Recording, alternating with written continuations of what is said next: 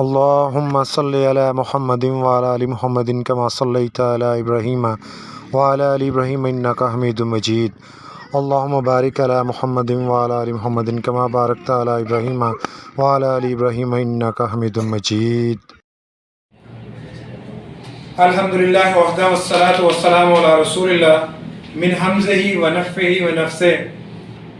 وقال اللہ تعالی فی القرآن المجید اعوذ باللہ السمیع العلیم من الشیطان الرجیم بسم اللہ الرحمن الرحیم.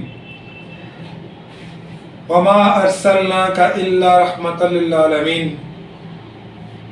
اللہم صلی علی محمد وعلی آل محمد کما صلیت علی ابراہیم وعلی آل ابراہیم انک حمید مجید. اللہم بارک علی محمد وعلی آل محمد کما بارکت علی ابراہیم وعلی آل ابراہیم انک حمید مجید. رب اشرح لی صدری ویسر لی امری واحلل عقدۃ من لسانی یفقہوا قولی. اللہم رب زدنی علما. اللہم انی اعوذ بک من ہمزات الشیاطین وانی اعوذ بک رب ان یحضرون. Dear viewers, جیسا کہ آپ جانتے ہیں ربیع الاول کا مہینہ شروع ہو چکا ہے اور everyone is aware about this fact that Muhammad Rasulullah sallallahu alayhi wa sallam was born in this month. آج کی اس گفتگو میں ہم ڈسکس کریں گے آپ صلی اللہ علیہ وسلم کی سیرت طیبہ کو، چونکہ آپ کی زندگی جو ہے وہ اتنی شاندار اور اتنی سپر کلاس ہے کہ اس کو ایک مختصر سے ٹائم میں بیان کرنا کوئی آسان نہیں ہے. لیکن اپنے ویورز کی ٹریننگ کے لیے، اپنے اسٹوڈنٹس کی ٹریننگ کے لیے اور میکسیمم مسلمانوں کی ٹریننگ کے لیے آپ کی زندگی سے چند ایک گوشے میں نے آج چنے ہیں جن کو میں تفصیل سے ڈسکس کروں گا. آپ میرا چینل دیکھتے رہیے انگلش ود ایکیو. سبسکرائب کیجئے تاکہ آپ لیٹسٹ انفارمیٹیو ویڈیوز جو ہیں وہ دیکھ سکیں. الرحیق المختوم, the book which is written by علامہ صفی الرحمان مبارک پوری رحمہ اللہ, may Allah bless him and grant him Jannah. انہوں نے اپنی کتاب کے اندر نبی کریم صلی اللہ علیہ وسلم کی پیدائش کے بارے میں لکھا. وہ کہتے ہیں کہ جب نبی کریم صلی اللہ علیہ وسلم کی والدہ آمنہ امید سے تھیں تو وہ کہتی ہیں کہ میں نے خواب میں دیکھا کہ میرے جسم سے ایک نور نکلا جس سے ملک شام کے محل جو ہیں وہ روشن ہو گئے. اس سے کیا ظاہر ہوا کہ ہر جگہ جہاں تاریکی تھی، جہاں اندھیرا تھا ظلمتوں کا اور وہ جاہلانہ قوانین، وہ جاہلانہ اصول جو کہ اس جہالت پر مبنی معاشرے کے اندر تھے، آپ صلی اللہ علیہ وسلم وہاں پہ روشنی کا سبب بنے، ان کے لیے منارہ نور ثابت ہوئے. نبی کریم صلی اللہ علیہ وسلم کی زندگی ہمارے لیے عملی نمونہ ہے، ماڈل ہے. اللہ نے جا بجا کہا وَأَطِيعُوا اللَّهَ وَأَطِيعُوا الرَّسُولَ وَمَن يُطِعِ اللَّهَ وَمَن يُطِعِ الرَّسُولَ فَقَدْ أَطَاعَ اللَّهَ، کہ جس نے نبی کریم صلی اللہ علیہ وسلم کی پیروی کی، فرما برداری کی، اطاعت کی، اس نے اللہ کی پیروی کی. ہر چیز سٹیپ بائی سٹیپ ہے. اللہ سپریم ہستی ہے، دا گریٹسٹ ہے. اور اس کے بعد مقام کس کا ہے؟ انبیاء کا، نبی کریم صلی اللہ علیہ وآلہ وسلم کا. آپ صلی اللہ علیہ وسلم کے بعد مقام کن کا ہے؟ خلفائے راشدین کا. ان کے بعد باقی صحابہ کرام کا، پھر ترتیب سے تابعیوں کا، تبع تابعین کا، پھر اہل ایمان کا ہے. نبی کریم صلی اللہ علیہ وسلم ابھی دنیا میں آئے نہیں تھے کہ آپ کے والد ماجد جو ہے وہ دنیا سے چلے گئے. آپ کی زندگی کو کیوں اللہ نے نمونہ کہا؟ چونکہ آپ کی زندگی میں ہر ایسپیکٹ جو ہے وہ ہمارے سامنے آتا ہے. 6 سال کی عمر ہوئی جب پیدائش کے بعد تو آپ صلی اللہ علیہ وسلم اپنی والدہ کے ساتھ ایک سفر پر جا رہے تھے. ساتھ ام ایمن رضی اللہ عنہ بھی تھیں. راستے میں آپ کی والدہ بیمار ہو گئیں، پھر ان کا انتقال ہو گیا. ایمن رضی اللہ عنہ فرماتی ہیں کہ میں نے نبی کریم صلی اللہ علیہ وسلم کے ساتھ مل کے آپ کی والدہ کی قبر کو کھودا، ان کو دفنایا۔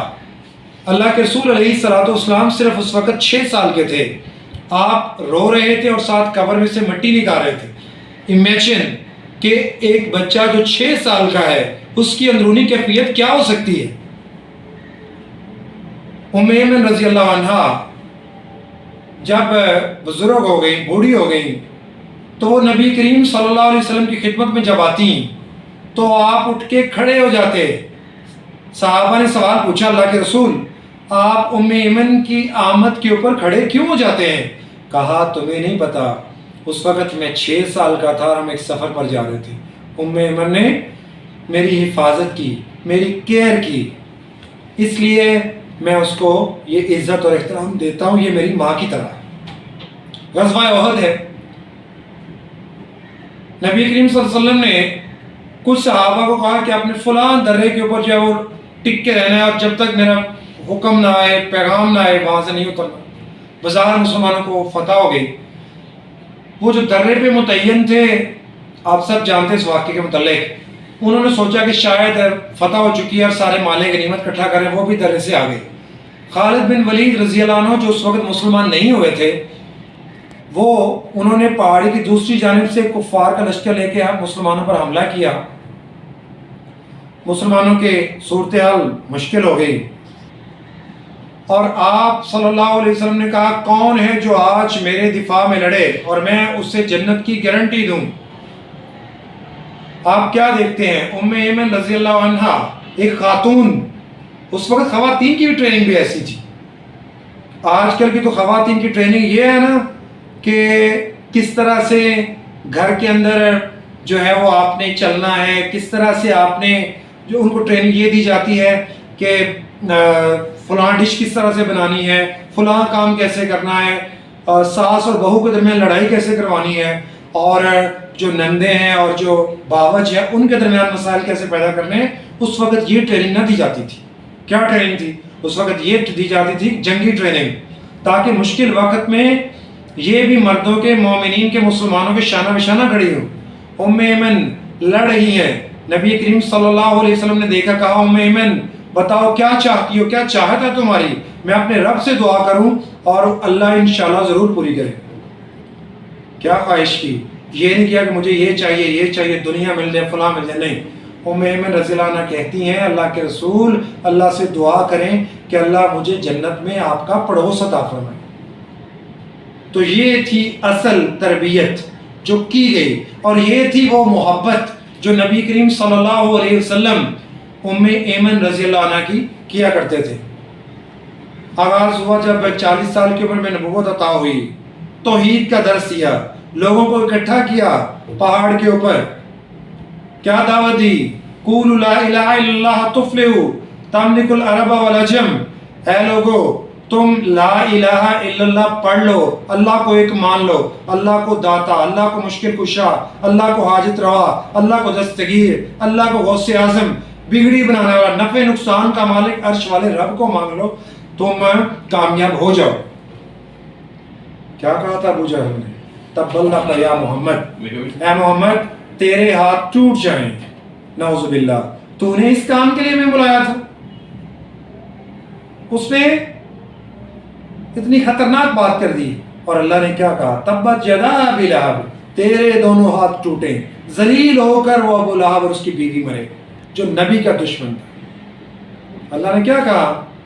اِنَّا كَفَّيْنَكَ الْمُسْتَهْزِئِينَ، اے نبی جو تیرا مذاق اڑائیں گے میں اس کے لیے کافی ہوں، تجھے پریشان ہونے کی ضرورت نہیں، میں بدلے لے لوں گا ان سے۔ تو دعوت دی توحید کی۔ غار ثور میں تھے، ہجرت کے موقع پہ ابو بکر رضی اللہ عنہ کے ساتھ، ابو بکر کہتے ہیں اللہ کے رسول اگر یہ کفار اپنے پاؤں کی طرف دیکھ لیں تو وہ ہمیں پہچان لیں ہم غار کے اندر بیٹھے ہوں۔ آپ نے کیا کہا تھا اس وقت؟ لا تحزن ان اللہ معنا، ابو بکر ڈرنا، غم نہ کر، بے شک عرش والا رب ہمارے ساتھ ہے۔ تو توحید کا درس دیا۔ جب مکہ سے مدینہ ہجرت کر رہے ہیں، ابو بکر رضی اللہ عنہ ساتھ تھے۔ مکہ والوں نے اعلان کیا کہ جو محمد کریم صلی اللہ علیہ وآلہ وسلم کو زندہ یا معاذ اللہ مردہ لے کے آئے گا اس کو 200 سرخ اونٹ انعام دیے جائیں گے۔ سراقہ بن مالک کسی لالچ میں گھوڑے کو ایڑ لگائی اور چل پڑا، ڈھونڈتا ڈھونڈتا وہ پہنچ گیا۔ ابو بکر کہتے ہیں اللہ کے رسول سراقہ آ رہا ہے۔ کہا ابو بکر پریشان نہ ہو، جو اللہ والے ہوتے ہیں، جو انبیاء ہوتے ہیں، اللہ ان کی پروٹیکشن کرتا ہے، حفاظت کرتا ہے۔ کہا ابو بکر پریشان نہ ہو۔ نبی کریم صلی اللہ علیہ وسلم ابو بکر جا رہے ہیں، سراقہ قریب آن پہنچا۔ سراقہ کیا دیکھتا ہے کہ اس کا گھوڑا جو ہے وہ زمین کے اندر دھنسنے جا رہا ہے۔ سراقہ سمجھ گیا کہ یہ کوئی عام بندہ نہیں ہے۔ سراقہ گھوڑے سے نیچے اترا آ گیا، کہنے لگا اللہ کے رسول آپ جب کل کو مکہ فتح کر کے واپس آئیں، مکہ فتح کریں تو مجھے امان دے دیجئے گا، مجھے معاف کر دیجئے گا۔ سراقہ کیا ہے؟ کافر ہے اس وقت، اسے پتا ہے کہ جس طرح یہ پیغمبر علیہ الصلوۃ والسلام جا رہے ہیں، آپ ذرا امیجن کریں کہ اللہ کے رسول اس وقت بے سر و سامان، ساتھ ابو بکر، مسلمانوں کی حالت کیا کہ مکہ چھوڑنا پڑا، ان کے پاس طاقت نہیں ہے۔ اس وقت اللہ نے کہا ہجرت کر جاؤ مدینہ کی طرف، چلے گئے، جا رہے ہیں۔ لیکن سراقہ کیا کہتا ہے؟ بیفور ٹائم ہی پریڈکٹڈ، اس نے وقت سے پہلے پیشین کر دی، سمجھ گیا، وہ چیزوں کو انالائز کر گیا کہ کل کو یہ فاتح ہوں گے۔ نبی کریم صلی اللہ علیہ وسلم جب آگے گئے قباء کے مقام پر، جہاں قباء مسجد بھی بنائی گئی، ایک عورت ان کی بکریاں، کہا کچھ کھانے پینے کو مل جائے، انہوں نے کہا ایک کمزور بکری ہے، میرا خاوند اس کو گھر چھوڑ کے گیا ہوا ہے، بیمار ہے، تو اس کے تو نیچے وہ دودھ شو اتنا کوئی نہیں ہے۔ آپ صلی اللہ علیہ وسلم نے فرمایا آپ ہمیں اجازت دیں، ہم اس کا دودھ دھو لیتے ہیں۔ ٹھیک ہے جی اجازت ہے۔ بسم اللہ پڑھی، دودھ دھویا، اتنا دودھ نکلا، خوب پیا ابو بکر رضی اللہ عنہ نے، نبی کریم صلی اللہ علیہ وسلم نے، اس عورت نے بھی جن کا وہ ام محبت کا وہ گھر تھا، انہوں نے بھی پیا اور کافی سارا دودھ بچ بھی گیا۔ یہ کیسے ہوا؟ میرا اللہ کا ہاتھ ہوتا ہے اپنے نبی کے اوپر، اسپیشل اللہ کی رحمت، خصوصی رحمت ہوتی ہے۔ مدینہ پہنچے، مدینہ میں ننھی منی بچیوں نے استقبال کیا اور وہ اشعار گاریاں آپ کی تعریف کے اندر، توحید، آپ نے کبھی بھی توحید سے پیچھے نہیں ہٹے۔ کیا کہا بچیوں نے؟ شعر کہتے کہتے کہنے لگی ہمارے نبی تو آج کی بھی بات جانتے ہیں اور مستقبل کی بھی بات جانتے ہیں۔ آج کا کوئی ہوتا ہے نا بندہ، عام بندہ، کوئی سمپل، تو وہ کہتا ماشاءاللہ کیا بات کی، میری تو تعریف کر انتہا کر دی انہوں نے۔ نبی کریم صلی اللہ علیہ وسلم نے فوراً اس عقیدے کی نفی کی، کہا کہو کل ماشاءاللہ و شئت، جو رب چاہے وہی ہوتا ہے، میں مستقبل کی باتیں جانتا نہیں، میں تو وہی جانتا ہوں جو مجھے اللہ کی طرف سے جبرائیل علیہ السلام پیغام لے کے آتے ہیں، مجھے تو اسی چیز کا پتہ ہے۔ تو آپ نے اس عقیدے کا فوراً رد کیا، ان کی اصلاح کی۔ نبی کریم صلی اللہ علیہ وسلم صادق اور امین، جب آپ نے پہلی دفعہ دعوت دی توحید کی تو لوگوں نے کیا کہا تھا کہ ہم تجھے صادق اور امین مانتے ہیں۔ آپ نے کہا میں نے 40 سال تمہارے درمیان گزارے، میں نے کبھی کوئی جھوٹ بولا؟ کہا نہیں۔ میں نے کبھی امانت میں خیانت کی؟ کہا نہیں۔ 40 سالہ زندگی اب آپ نے اپنی رکھی ان کے سامنے، اور لوگوں نے آپ کی صداقت کی گواہی دیتے تھے، کفار بھی، بلکہ کفار آپ صلی اللہ علیہ وسلم کے بدترین دشمن تھے، اس کے باوجود وہ آپ کے پاس اپنی امانتیں رکھواتے تھے صادق اور امین ہونے کی وجہ سے۔ والدین کی بات کریں، ایک صحابی آیا، اس نے پوچھا اللہ کے رسول علیہ الصلوۃ والسلام مجھے بتائیں مجھ پر میری ماں یا میرے باپ کا زیادہ حق ہے؟ کہا تیری ماں کا۔ دوسری دفعہ یہی سوال دہرایا، تیسری دفعہ یہی، آپ نے تینوں مرتبہ کہا تیری ماں کا تجھ پر زیادہ حق ہے، چوتھی مرتبہ کہا تیرے باپ کا بھی ہے۔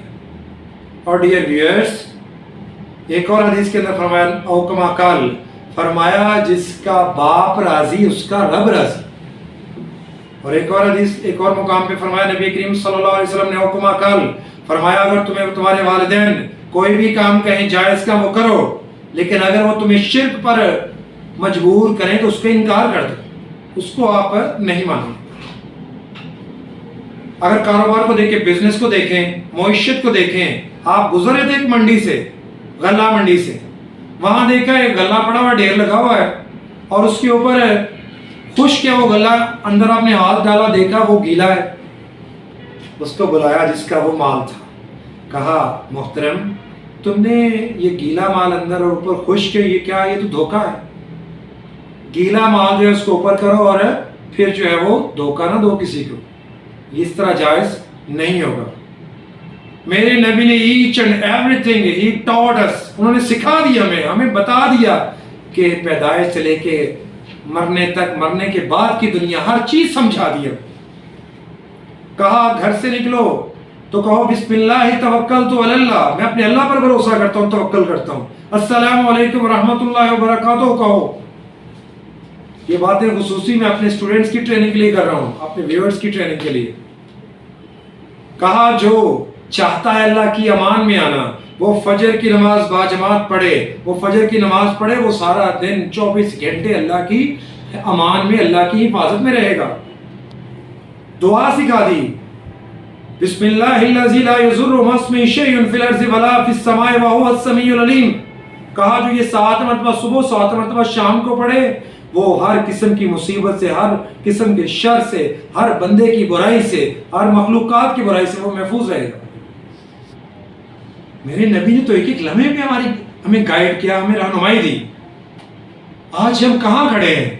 آج ہم پوری دنیا میں ذلت کا سامنا کیوں کر رہے ہیں؟ اس کی وجہ یہ ہے کہ ہم نے اللہ کو چھوڑا، ہم نے نبی کریم صلی اللہ علیہ وسلم کی تعلیمات کو چھوڑا، ہم نے خلفائے راشدین کی زندگیوں کو چھوڑا، ہم نے صحابہ کی زندگیوں کو چھوڑا، ہم نے اہل ایمان کی زندگیوں کو چھوڑا. ہم اتنے پیچھے چلے گئے کہ اب ذلت اور رسوائی ہمارا مقدر بن چکی. جب تک ہم اللہ اور اس کے رسول کے احکامات کی طرف نہیں لوٹیں گے تب تک ہمیں آسانی نہیں ہو سکتی. تو عزیز طلبہ، عزیز ویورز، ہمارا دین ہمیں سکھاتا ہے کہ ہم لَقَدْ كَانَ لَكُمْ فِي رَسُولِ اللَّهِ أُسْوَةٌ حَسَنَةٌ، ہمارے لیے ماڈل ہیں تو نبی کریم صلی اللہ علیہ وسلم. فرمایا بچہ جو ہے وہ اس کی تربیت کرنا والدین کے اوپر فرض ہے. 3 چیزیں سکھائیں دعا کے حوالے سے مرنے کے بعد. کہا جب ایک بندہ مر جاتا ہے 3 چیزیں اس کو فائدہ دیتی ہیں.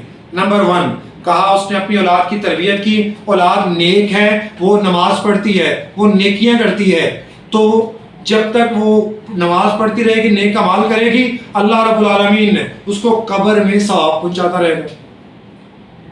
تو اولاد کا رول ہے اس میں. دوسری چیز کہا وہ مرنے والا اپنی زندگی میں اس نے دین کی تعلیم کسی کو دی، جب تک لوگ اس کی بات کے اوپر عمل کرتے رہیں گے تب تک اس کو قبر میں ثواب ملتا رہے گا. تیسری بات کہا جو مرنے والا ہے اس نے لوگوں کی ویلفیئر کے لیے، فلاح و بہبود کے لیے وہ کوئی عوامی کام کر گیا، جائز کام. یہ نہیں کہ وہ کوئی سینما کھول گیا، وہ کوئی ایسی کباہ خانہ کھول گیا، نہیں.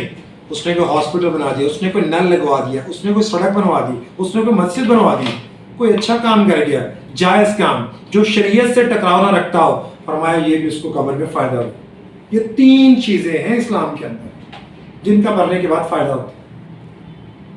اور جس نے اپنے بچوں کو نہ سکھایا یہ دین، نہ ان کی تربیت کی، صبح سے لے کے شام تک وہ لوگ کوئی بیل کی طرح یہ محنت تو کرتا ہے، ان کی روزی روٹی، ان کی تعلیم، ان کی خوراک، ان کی دوائی، ان کے آرام کے لیے سارا کچھ کرتا ہے، لیکن ان کی دینی تربیت نہیں کرتا، تو قبر میں جب یہ مر جائے گا اس کی اولاد جو کچھ بھی کرے گی وہ اس کے اوپر وبال ہوگا. اس کے گناہ، ان کے گناہ اس کے کھاتے میں جو ہے وہ جاتے ہیں.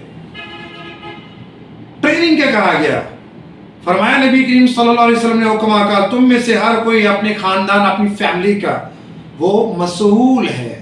اس کے انڈر جتنے بھی لوگ ہیں، گھر کے افراد ہیں، ان کے بارے میں اس سے پوچھا جائے.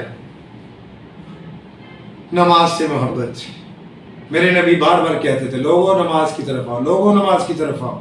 فرمایا ایک وقت ایسا آئے گا، وقال النبی صلی اللہ علیہ وسلم حکم قال، فرمایا ایک وقت ایسا آئے گا، اسلام ایک زنجیر کا نام ہے، اسلام از دا نیم آف اے چین.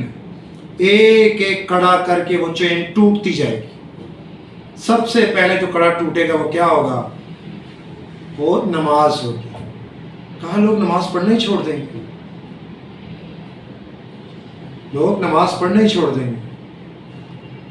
نماز کے بارے میں سخت وعید سنائی.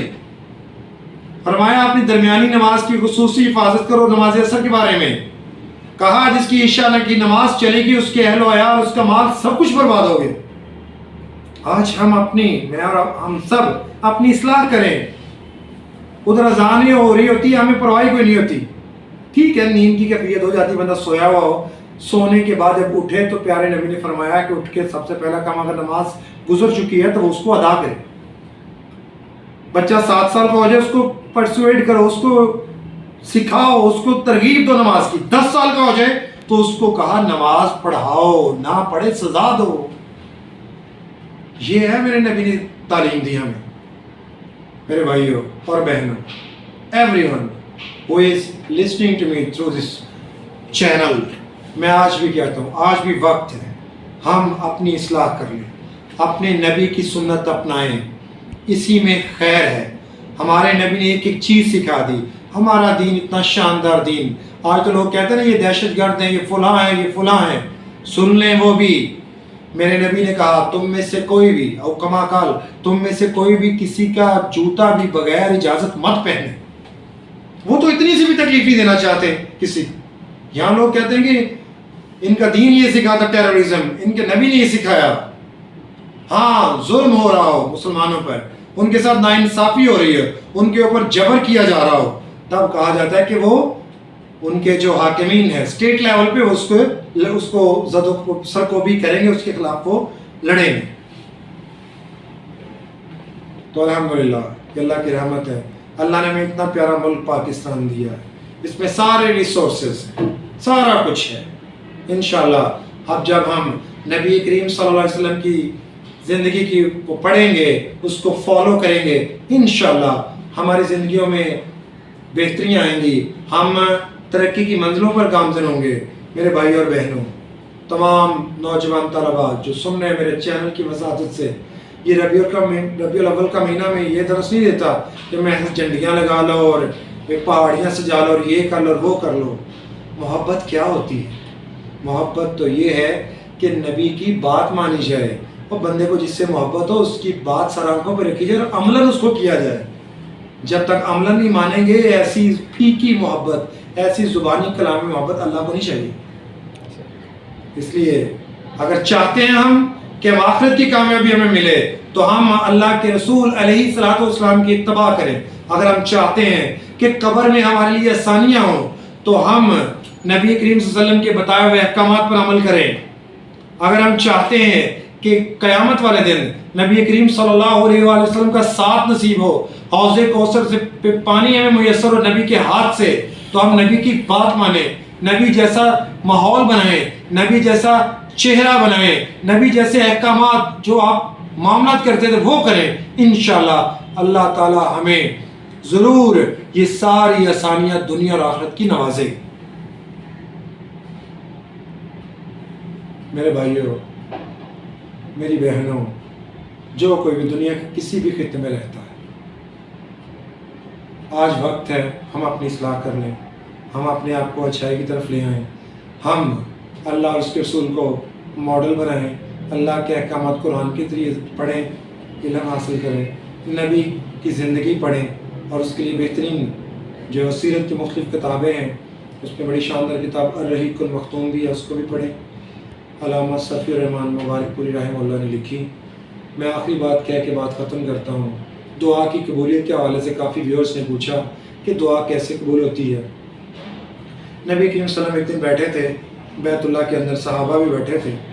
ایک آدمی آیا، اس نے آ کے دعا مانگی. پراگندہ حال ہے، غبار آلود ہے، اس کے جسم کے اوپر جو ہے وہ ڈسٹ پڑی ہوئی ہے.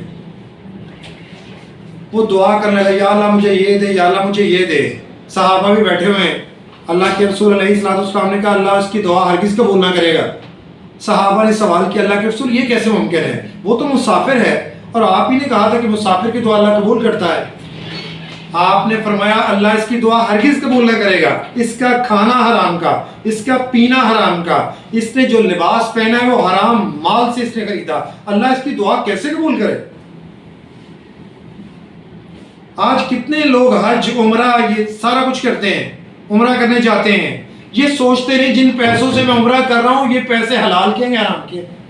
کوئی سود کے پیسوں سے عمرہ کرنے جا رہا ہے، کوئی کسی کا حق کھا کے عمرہ کرنے جا رہا ہے. اس سے یہ عمرہ، یہ نماز، یہ روزہ، یہ زکوٰۃ، یہ حج، یہ قربانی کچھ بھی قبول نہ ہوگا اگر حرام کے پیسوں سے لیا ہوگا. آج اسی وجہ سے تو برکتیں نہیں ہوتی، دعائیں تو بولنی ہوتی.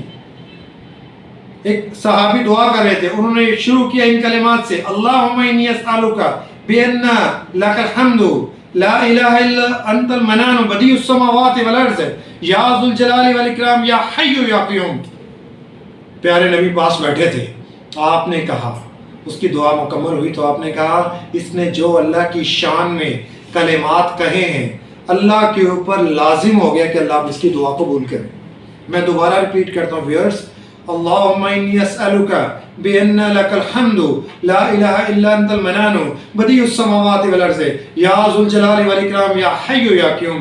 یہ پڑھنے کے بعد درود ابراہیمی پڑھنا ہوگا، اللہم صلی علی محمد وعلی آل محمد کما صلیت علی ابراہیم وعلی آل ابراہیم انک حمید مجید. اللہم بارک علی محمد وعلی آل محمد کما بارکت علی ابراہیم وعلی آل ابراہیم انک حمید مجید. یہ پڑھ کے جو بھی آپ کی جائز خواہش ہے آپ اللہ سے کریں. اور کتنا عظیم رب ہے ہمارا، جو مرضی مانگ لو جائز.